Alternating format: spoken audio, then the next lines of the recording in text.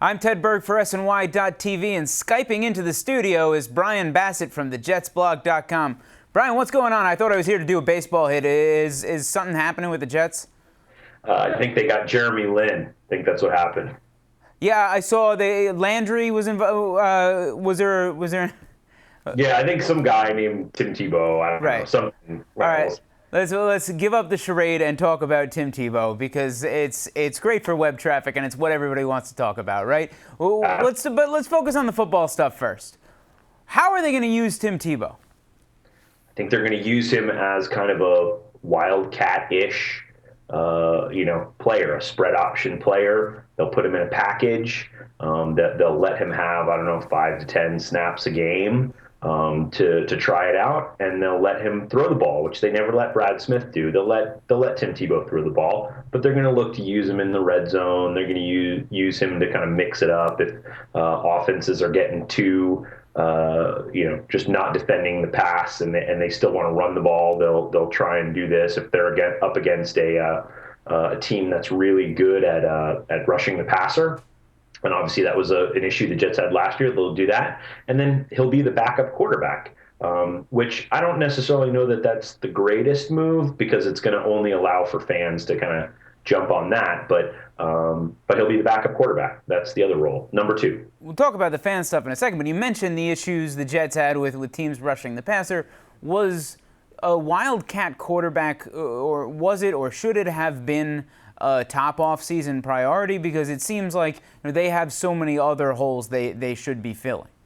Yeah, I think it's it's kind of an inversion. It's certainly not the way you would expect to fill the issue of addressing the pass rush and addressing the running game. You'd want to see them go get a right tackle, and they still might yet do that. But right, I think if Mike Tannenbaum has his kind of cheat sheet of items he's looking to tick off, free safety, right tackle, outside linebacker, those are probably higher on the list than you would imagine, gimmick running back, quarterback on this team. Absolutely. Can they use him at tackle or outside linebacker? No, but they can use him at safety. Is that okay if they use him at safety? Yeah, he's an athletic guy, right? Why not? He can do everything else except pass. Mm-hmm. Right. Yeah. So yeah, they'll find a place for him. They'll kind of turn him into a Julian Edelman, and he can be a defensive back too. Who knows? See, I guess what I'm looking for is assurance that this was a football move and not a hype machine move, right? Because you bring in Tim Tebow, you bring in a lot more than a backup quarterback and guy to run the Wildcat.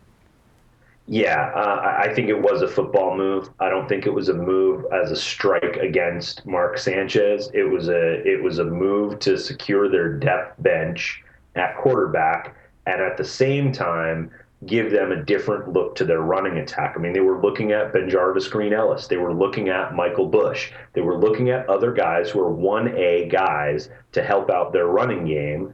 But this is a way to help out the running game in a different way. They let Sean Green kind of remain the number 1 running back, but this basically allows them to run the ball, but have the option to throw it. No one's going to argue that Tim Tebow is a great quarterback. He's not Aaron Rodgers. No one would ever say that, but he's better at throwing the ball than Ronnie Brown or Sean Green is. So in that way, if you can get 5 yards or you can get 30 yards on what Sperano loves to call a chunk play, then that's what you're going to get.